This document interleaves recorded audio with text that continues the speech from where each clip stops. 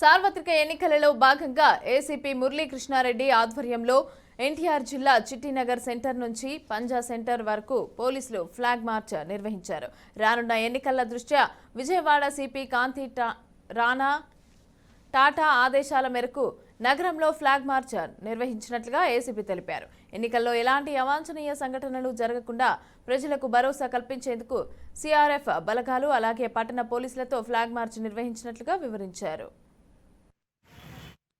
మా సిపి గారి ఆదేశాల మేరకు ఈరోజు చిట్టినగర్ జంక్షన్ నుంచి చౌక్, కేబిఎన్ కాలేజీ, అదే రకంగా బ్రాహ్మణ వీధి నుంచి పంజా సెంటర్ వరకు కూడా ఈరోజు ఫ్లాగ్ మార్చ్ నిర్వహించడం జరిగింది.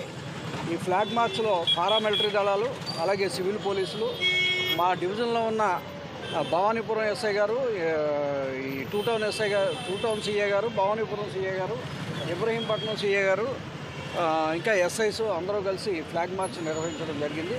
దీని ఉద్దేశం ఏంటంటే మెయిన్ పర్టికులర్గా ప్రజల్లో ఫ్రీ అండ్ ఫెయిర్గా ఎన్నికలు నిర్వహించేటందుకు ప్రజల్లో భరోసా కల్పించాలనే ఉద్దేశం ఇది.